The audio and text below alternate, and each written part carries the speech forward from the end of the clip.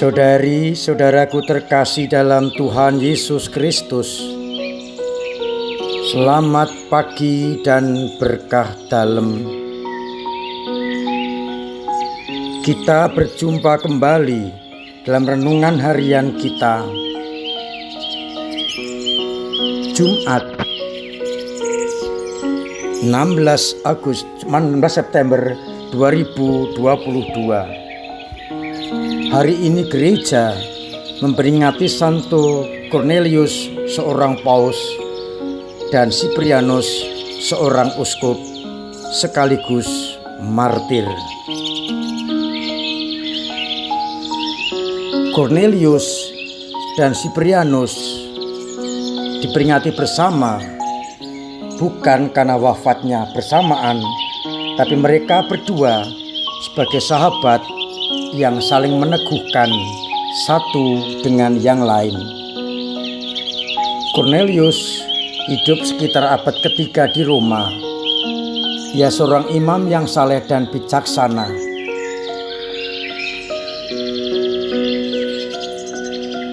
Ia sebagai imam sungguh ingin mengembalikan iman umat yang waktu itu banyak dirongrong oleh ajaran sesat. Banyak orang murtad.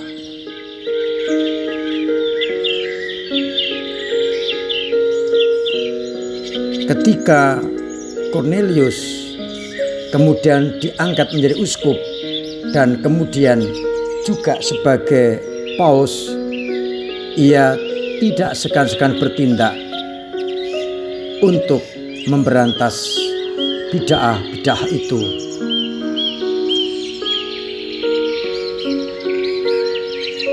Di dalam usaha untuk memberantas itu, pro kontra muncul. Ajaran Novatianus merongrong kepemimpinan paus, dan akhirnya Paus Cornelius memanggil para uskup untuk mengadakan konsili.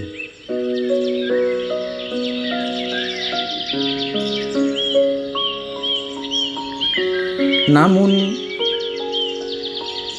Kaisar menjadi sangat tidak suka dengan kepemimpinan Paus Cornelius yang mengancam kekaisarannya. Maka Cornelius ditangkap dan dibuang ke Civita Vesia, sebelah utara kota Roma.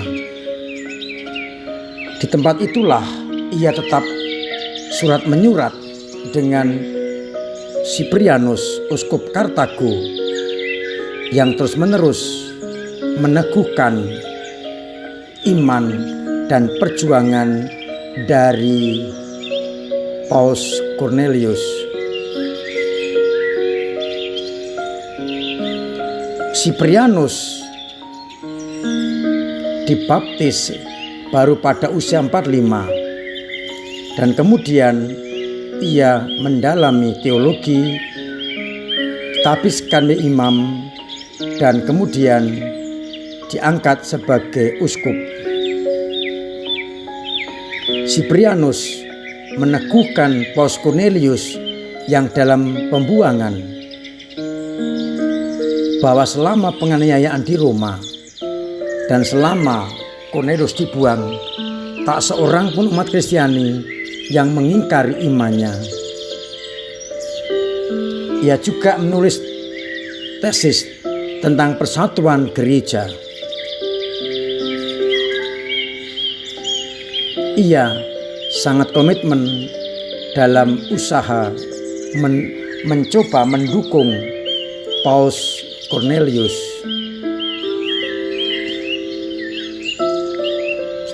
Paus Cornelius wafat dalam pengasingan di Roma pada September 253, dan Siprianus wafat di Kartago dengan kepalanya dipenggal. 5 tahun sesudah Paus Cornelius meninggal. Pesta kedua orang kudus dirayakan bersama untuk mengingatkan kepada kita pentingnya persatuan gereja sebagai tanda kita bersatu sebagai komunio dengan Kristus sebagai kepalanya. Saudari terkasih dalam Kristus, bacaan hari ini dikutip dari surat Paulus yang pertama kepada umat di Korintus bab 15 yang berbicara soal kebangkitan. Seandainya tidak ada kebangkitan, maka pewartaan iman kepada jemaat itu sia-sia. Tapi yang benar adalah ada kebangkitan dan Kristus akan bangkit sebagai yang sulung dan akan membawa semua orang menuju kepada kebangkitan badan. Sedangkan pada Injil, Yesus dalam perjalanan pewartaan disertai, dibantu oleh perempuan-perempuan yang telah mengalami kasih karunia Allah. Dengan harta mereka melayani Yesus. Saudari-saudariku terkasih dalam Kristus, beberapa hal bisa kita renungkan. Yang pertama, teladan kedua orang kudus martir yang berani melawan bid'ah-bid'ah, ajaran sesat, dengan tetap akhirnya mengorbankan dirinya demi kemartiran. Karena dengan itu, ajaran gereja yang benar akan tetap terjaga. Kita juga dimohon, diminta, diharapkan menjaga ajaran gereja yang benar dalam hidup dan karya-karya kita. Dengan cara kita masing-masing, hendaknya kita hidupi ajaran gereja yang benar dan kita tinggalkan ajaran yang menyesatkan. Bisa jadi tidak menyesatkan, tetapi memecah belah harus kita tinggalkan. Ajaran yang benar adalah ajaran yang diajarkan oleh magisterium, yakni kuasa mengajar dari gereja, yakni para tokoh-tokoh yang resmi diberi kuasa untuk mengajar agar tidak tersesat. Kalau kita entah membaca, entah mengajarkan suatu ajaran, apakah pedoman kita bersumber pada Yesus Kristus yang bisa kita cek dari buku yang kita baca? Apakah ada imprimatur dan ada nihil obstat? Yang kedua dari bacaan yang pertama, di mana Paulus menegaskan ada kebangkitan dan semua orang yang percaya kepada Kristus akan dibangkitkan untuk hidup yang kekal. Kita tidak boleh hanya memikirkan hidup dunia ini, tapi hidup setelah kematian, yakni kebangkitan badan. Dengan selalu menyadari adanya kebangkitan dan hidup yang kekal, kita diajak di tengah-tengah dunia ini juga harus sudah mencita-citakan hidup surgawi, kebangkitan badan dan kehidupan yang kekal. Maka pertanyaannya adalah, apakah hidup kita sudah disesuaikan dengan cita-cita itu, yakni selalu mengarahkan hidup dan pandangan kita kepada kebangkitan badan dan kehidupan yang kekal? Ataukah kita hanya memikirkan kehidupan duniawi ini? Yang ketiga, kita diajak untuk seperti para perempuan dengan cara kita masing-masing ikut ambil bagian di dalam karya perutusan. Yesus dan para murid berusaha untuk mewartakan kabar gembira ke mana saja, ke kota-kota, ke desa-desa. Para perempuan ikut ambil bagian dalam karya itu dengan karya pelayanannya.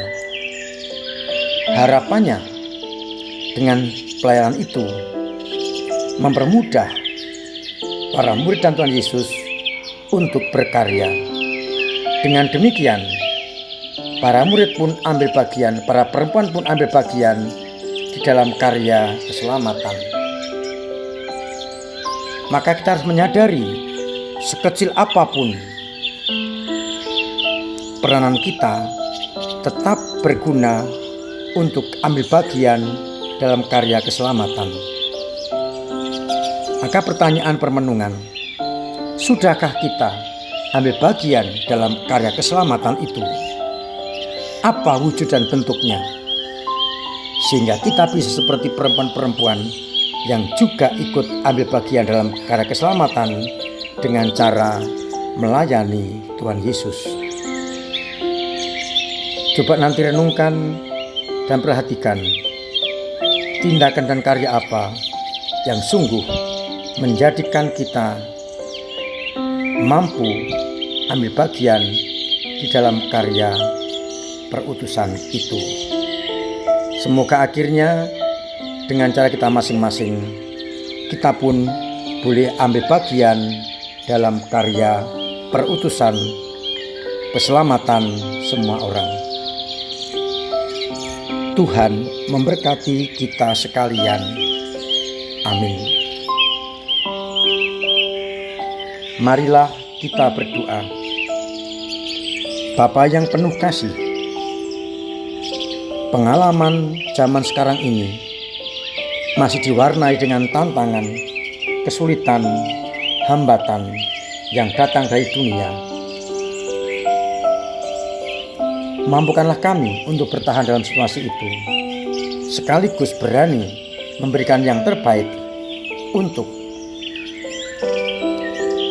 kekuatan gereja yang menghadapi tantangan dan kesulitan, agar seperti uskup dan pausmu yang kami kenangkan hari ini, kami berani terus tetap eksis memperjuangkan, memperdengarkan, dan menghadirkan kerajaan-Mu di tengah-tengah masyarakat. Buatlah agar kami tidak mundur menghadapi tantangan kesulitan, dan akan terus maju agar akhirnya gereja-Mu tetap berkembang di tengah-tengah dunia ini. Kuatkan kami yang lemah, yang kadang takut, ragu-ragu, agar kami tetap boleh mengalami kasih karunia-Mu.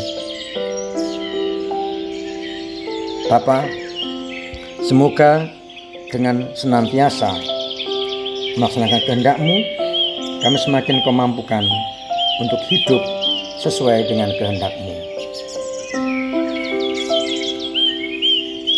Kami ingin berdoa bagi umat di Partai Kudus yang sedang sakit, yang punya beban berat menghadapi tantangan dan kesulitan ekonomi. Semoga Engkau perhatikan, Engkau bantu, Engkau jaga, sehingga mereka mengalami kasih karunia-Mu. Biarlah mereka akhirnya tetap berani untuk menghadapi tantangan dan kesulitan. Berkati juga saudara kami Menawanto yang sedang sakit. Semoga segera Engkau angkat penyakitnya dan boleh mengalami kesembuhan seperti sedia kala.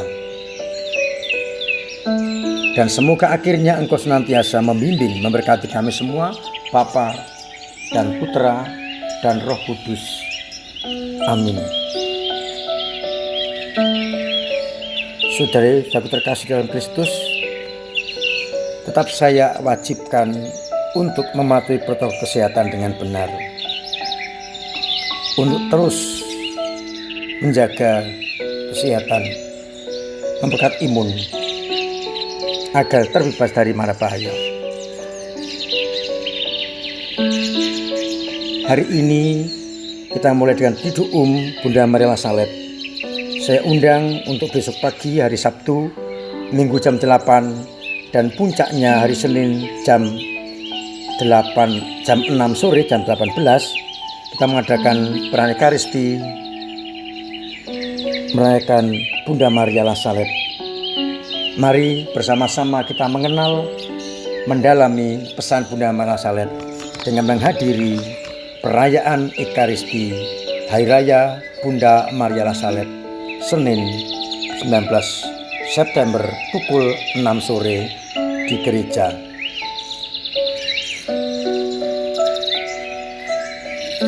Saya juga mengundang untuk besok melihat perlombaan-perlombaan yang diadakan dalam rangka Hari Minggu Kitab Suci Nasional. Kita juga ingin berdoa bagi saudara kita Marcelinus Gavrilam Syah Sandhya Sanova dari lingkungan Santo Lukas yang tadi pagi jam 2 dipanggil Tuhan di Solo. Jenazah akan dibawa ke Dharma dan misa requiem 17 September pukul 9 di Dharma, dan pukul 10 akan diberangkatkan ke pemakaman. Kita hibur keluarga ditinggalkan dan kita doakan agar adik kita Marcelinus ini boleh berbahagia bersama Allah di dalam kerajaan surga. Tanggal 21 pukul 6 sore akan ada misa penggalangan dana di gereja kita, dipimpin oleh Romo Eko Wahyu OSD. Silakan datang untuk ikut berpartisipasi dalam penggalangan dana itu agar mempercepat pembangunan gedung serbaguna yang ada di belakang aula kita. Akhirnya selamat pagi, selamat merenungkan, salam sehat, Tuhan memberkati.